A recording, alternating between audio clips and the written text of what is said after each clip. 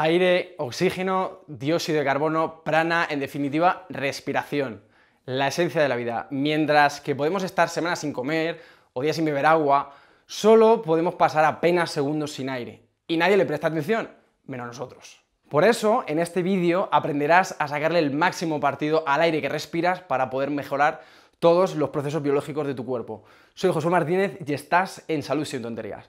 Hoy es un día muy especial ya que nos hemos reunido practicantes del método Wim Hof de toda España para intercambiar conocimientos, conectar con la naturaleza y llevar nuestra salud al próximo nivel. ¿Preparado? ¿Preparada? Pues empezamos.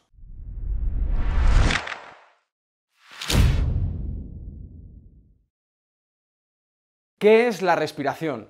Resumiendo mucho, la respiración es el proceso en el que introducimos en el cuerpo oxígeno para realizar todos los procesos biológicos y expulsar dióxido de carbono como producto de desecho de dichos procesos biológicos. El proceso sería algo así. Primero, entrada de aire en los pulmones.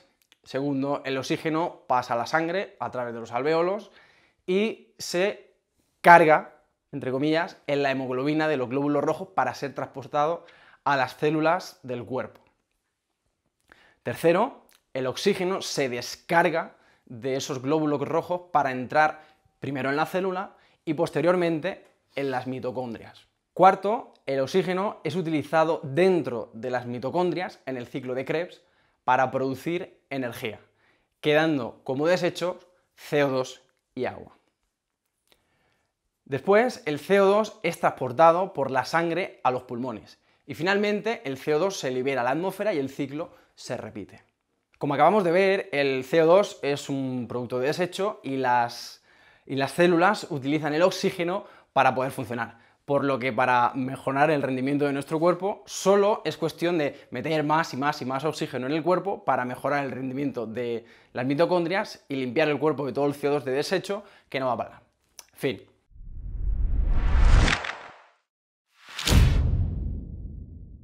Pues no, me temo que el cuerpo no funciona así y esta situación que te acabo de comentar de mucho oxígeno y poco CO2 sería contraproducente.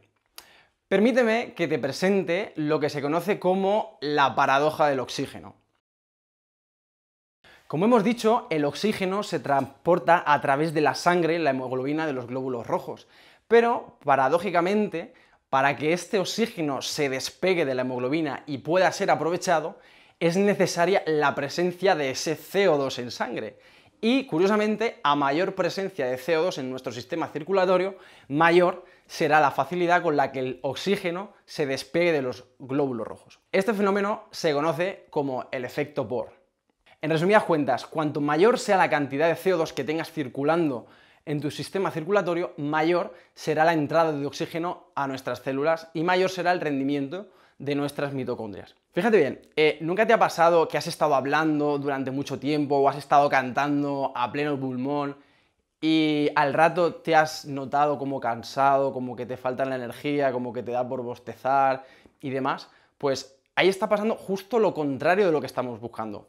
Al hablar, al cantar, estamos tirando aire por la boca constantemente y por tanto estamos expulsando y expulsando CO2, reduciendo nuestros niveles de este gas en sangre y dejando el oxígeno pegado en los glóbulos rojos, impidiendo su utilización en las células. Ahora, la cuestión es, ¿cómo aumentamos nuestros niveles de CO2 en sangre? Pues si para bajar los niveles lo que hacíamos era tirar aire, pues ahora para hacer que esos niveles de CO2 suban, lo que tenemos que hacer es reducir el caudal de salida de aire o directamente impedir que el aire salga. Pero claro, ahora estarás pensando, hostia tío, pero si hago eso me ahogo, me falta el aire, me quiero morir. Pues lo cierto es que no. O sea, se te va a sorprender mucho, pero lo cierto es que en realidad no te falta el aire, ¿vale? Permíteme que te presente los conceptos de hipercapnia e hipoxia. Seguro que te ha pasado esa sensación de que te falta el aire y crees que necesitas oxigenarte. Y pues tengo que decirte algo, el problema no era que te faltase oxígeno. La razón por la que te sentías ahogado era que tienes un exceso de CO2, de dióxido de carbono. O sea, tus sensores de CO2 empiezan a detectar una sobrecarga de este gas y dan la orden de respirar para que el aire fluya y así reducir los niveles de CO2 a valores normales. Y este exceso de CO2 es lo que se conoce como hipercapnia. Por el contrario, la hipoxia o la falta de oxígeno es bastante más fácil de detectar y por ello también puede ser mucho más peligrosa. Esta es la razón por la que la exposición al monóxido de carbono sin ventilación puede ser mortal. Porque pasa lo siguiente, este gas entra en la sangre, igual que el oxígeno, se queda pegado en la hemoglobina, impidiendo que el oxígeno se cargue porque ya está ocupando su espacio, y al no haber respiración celular, nuestras mitocondrias no producen dióxido de carbono y por tanto, al no producir dióxido de carbono y no llegar a tu límite, no tienes necesidad de respirar. En resumen, tus células se están muriendo sin que tú te des cuenta. Uno de los síntomas, por que te hagas una idea de la falta de oxígeno en sangre, es ver una sensación como de relax, como de felicidad, como de ganas de no hacer nada. Es por eso que la gente que muere por inhalación de monóxido de carbono, y ese tipo de muerte se conoce como muerte dulce, porque estás bien, estás súper guay y no te enteras de nada. Como acabas de descubrir, el CO2 juega un papel crucial en el aprovechamiento del oxígeno que respiramos. Y no solo eso, además, este gas de desecho es crucial en nuestro sistema cardiovascular, influyendo principalmente de dos formas distintas. Primera, el CO2 regula la vasodilatación. Niveles altos de CO2 dilatan nuestros vasos sanguíneos, lo que va a permitir aumentar el caudal de sangre y, por tanto, de nutrientes a nuestras células para su mejor funcionamiento. Además, esa vasodilatación también va a generar una sensación de calor debido a que la sangre caliente tiene una vía más ancha para poder llegar a la piel. Pero por el contrario, bajos niveles de CO2 contraen los vasos sanguíneos, reduciendo por tanto el flujo de sangre y por tanto el flujo de nutrientes que llegan a nuestras células. Algunos de los síntomas más evidentes de bajos niveles de CO2 son el hormigueo en las extremidades, en los dedos, en los pies, en los labios, en gente, en mareos por falta de sangre en el cerebro y frío, porque igual que hemos dicho que antes los vasos sanguíneos se abrían y circulaba sangre caliente, ahora al comprimirse no llega esa sangre caliente y la piel se enfría.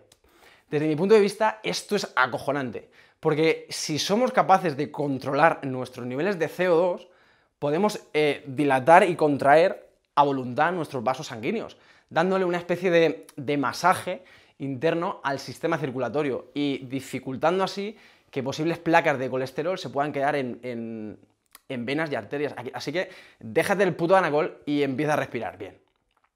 Segundo, cambiando el pH de la sangre. O sea, mantener el pH de la sangre dentro de sus niveles es crucial, porque ya que tanto una sangre muy ácida como una sangre muy alcalina van a afectar negativamente al funcionamiento de nuestros órganos. Entonces, niveles de CO2 bajos en sangre, además de todo lo que hemos dicho, van a alcalinizar en exceso la sangre, al igual que niveles excesivos de CO2 van a acidificar la sangre. Pero sin embargo, este exceso del CO2 no va a suponer un problema, ya que ya hemos visto que el cuerpo sí tiene mecanismos de detección de este exceso, obligándote a respirar para eliminar ese exceso. Pero bueno, ahora que ya tienes claros los principios, vamos a pasar a la parte práctica. ¿Cómo conocer la salud de tu sistema cardiorrespiratorio y cómo conocer tu tolerancia al CO2? Pues es súper fácil, ¿vale? Para ello usaremos lo que se conoce como pausa de control. Y el ejercicio es muy sencillo, o sea, nada más levantarte, tumbado, o sea, ya que generalmente este momento es muy tranquilo y la respiración no se ha alterado, inhala con normalidad, exhala, pero sin forzar, o sea, simplemente relajando el diafragma, en plan, no, ¿vale? O sea, solo. Y tras esa exhalación que has hecho, aguanta sin respirar y cuenta el tiempo que pasa hasta que sientas la primera sensación de ahogo. Ojo, la primera sensación, no todo lo que puedas aguantar sin respirar. Por lo general, esto suele ser un impulso de tragar o una contracción en el abdomen. Ese es el punto. Una vez que llegas ahí, inhala con suavidad. O sea, si necesitas coger mucho aire, has aguantado y haces... es señal de que te has pasado. O sea, tú cuando aguantas y vuelves es como una respiración completamente normal. O sea, si no haces eso, quiere decir que has llevado ese intento de pausa de control demasiado lejos. Entonces, dependiendo de la duración de esta pausa de control, vamos a distinguir varios niveles. El nivel 1, entre 0 y 10 segundos, básicamente estás hecho una mierda. O sea, tu tolerancia al CO2 es prácticamente inexistente. Necesitas mucho volumen de aire para poder funcionar, tu respiración es ruidosa, es irregular, probablemente necesites respirar con la boca abierta y al más mínimo esfuerzo seguramente te ahogues. Nivel 2, pausa entre 10 y 20 segundos. Ahí la cosa ya mejora, pero tu respiración sigue siendo aún pesada y te sigues ahogando con cierta facilidad. En el nivel 3, entre los 20 y los 30 segundos, ya es otro nivel. O sea, tu respiración es muy calmada, es silenciosa y prácticamente inapreciable, incluso para la persona que tengas al lado.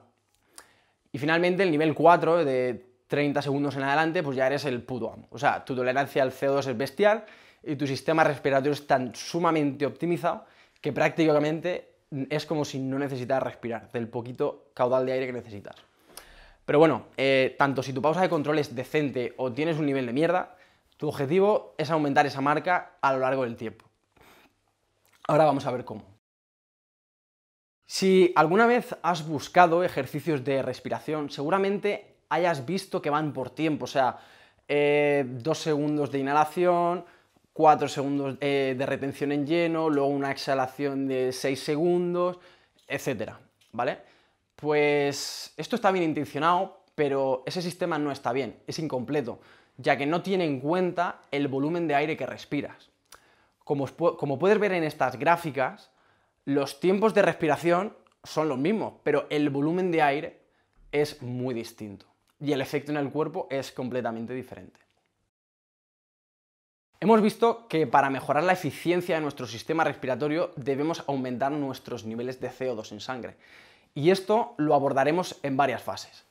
La primera es minimizar las fugas de CO2, o sea, igual que tú para llenar la bañera de tu casa te aseguras de que el tapón está puesto para que no haya fugas de agua, pues con tu sistema respiratorio pasa igual. Tienes que minimizar tus fugas de dióxido de carbono. Para eso haremos lo siguiente. Primero, respira por la nariz en la medida de lo posible, ya que al respirar por la boca el volumen de aire que se expulsa es mayor, con todo lo que conlleva. Luego, evita suspirar y coger grandes bocanadas de aire al hablar o al bostezar. Y luego esto es muy contraproducente, pero evita sonarte la nariz siempre que sea posible. O sea, al sonarte la nariz, tú cuando tiras muchísimo aire y por tanto estás tirando muchísimo CO2. Entonces, si no tienes más remedio y tienes la nariz súper llena de mocos, mi consejo es que te moques, limpies, pero luego una vez que hayas hecho eso, para volver a tus niveles normales de CO2, mantén una retención hasta que notes una necesidad de respirar para volver a llevar los niveles de CO2 a su sitio. Te vas a dar cuenta que después de mocarte vas a aguantar más la respiración que en otro momento. Y por otra parte, a lo largo del día presta atención a tu respiración. O sea, cuando estés en un momento de calma, presta atención a tu respiración. Fíjate que sea silenciosa, que tú no te notes movimientos en el tórax o en el abdomen. Y al final, al principio va a costar, pero luego ya al final es un hábito que se hace automático. En segundo punto, debemos mejorar nuestra tolerancia al CO2. Lógicamente, si mejoramos nuestra tolerancia al CO2, mayores niveles de CO2 podremos tener en sangre con todos los beneficios que esto conlleva. Pero, ¿cómo conseguimos esto? Pues al igual que para mejorar nuestra fuerza nos obligamos a mover cargas con las que nos sentimos incómodos, para mejorar nuestra tolerancia al CO2 nos expondremos a niveles de CO2 superiores a los que estamos acostumbrados. Para ello veremos algunos ejercicios muy sencillos que puedes hacer en cualquier lado en los que creemos un exceso muy suave de CO2. Y finalmente está la simulación de entrenamiento de altura, ¿vale? Pero este nivel es ya para los más pros. O sea, estamos hablando de gente con una pausa de control superior a 30. Y con esto, además de acostumbrarnos a elevados niveles de CO2, entrenaremos a nuestro cuerpo para que sea capaz de funcionar con menos oxígeno en sangre. Pero repito, esto es solo para los pros, ¿vale? O sea, para los putos amos del sistema respiratorio. Si te interesa este tema, házmelo saber en los comentarios del vídeo, ¿vale? Bueno, ahora sí que sí, ¿vale? Vamos al lío. Los ejercicios están ordenados de menor a mayor dificultad, ¿vale? Siendo recomendable practicarlos todos en función de tu nivel, ¿vale? De pausa de control. Este ejercicio se conoce como respiración reducida. Es muy fácil. O sea, tú sentado o tumbado, como te sea más cómodo, tu objetivo es reducir tu respiración hasta el punto de crear una pequeñita falta de aire y aguantarla durante unos 5 minutos, que es cuando eso empieza a hacer efecto en tu sistema para subir la tolerancia al CO2. Mi consejo es que te pongas una mano en el pecho, otra mano en el abdomen y aprietes ligeramente para sentir el movimiento de tu cuerpo y apretarte con las manos para ir creando una pequeña resistencia, para cada vez ir reduciendo el volumen más y más. ¿Vale? Si ves que si esto lo haces con un pulsómetro o notas que se te empieza a acelerar el corazón o que ya pierdes el control de la respiración, es señal de que esa falta de aire ha ido demasiado lejos. Entonces, déjalo estar, vuelve a respirar normal y cuando ya te notes mejor, vuelves a repetir. Respiración de recuperación. O sea, este ejercicio a mí personalmente me encanta. Tras hacer un ejercicio muy intenso, como a lo mejor en el gimnasio haces una serie de pesada de peso muerto y el pulso se dispara, haces lo siguiente.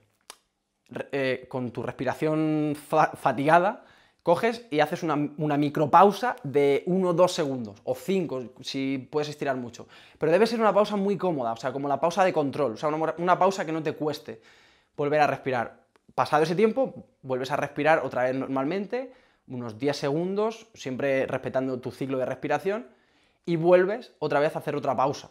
Si la puedes hacer un poquito más larga, mejor, y vas repitiendo, y poco a poco, hasta que vas bajando tus pulsaciones, ¿vale? Pero siempre sin forzar. Desbloqueo nasal. Este ejercicio, cuando estás congestionado, o sea, no cuando tienes mocos, sino cuando tienes la nariz congestionada pero sin mocos, este ejercicio hace maravillas. O sea, es tan simple como, da igual, si estás sentado, tumbado, andando, es tan simple como te coges, te tapas la nariz y aguantas hasta que notas una falta de aire moderada, ya seria de hostia, me estoy ahogando. Y sueltas y vas a ver como, hostia, respiro mejor. O sea, respira nuevamente, normal, y después, al minuto o así, te vuelves a apretar fuerte hasta aguantar la respiración a tope y sueltas. O sea, es una pasada. Y ya está, hasta aquí el vídeo de hoy. Espero que a partir de ahora utilices este poder, superpoder que todos tenemos, llamado respiración. Si no lo has hecho ya, suscríbete al canal y dale a la campanita para estar al tanto de todo. Hazme saber cualquier duda en los comentarios y comparte el vídeo con las personas que aprecies de verdad. Nada más, nos vemos, chao.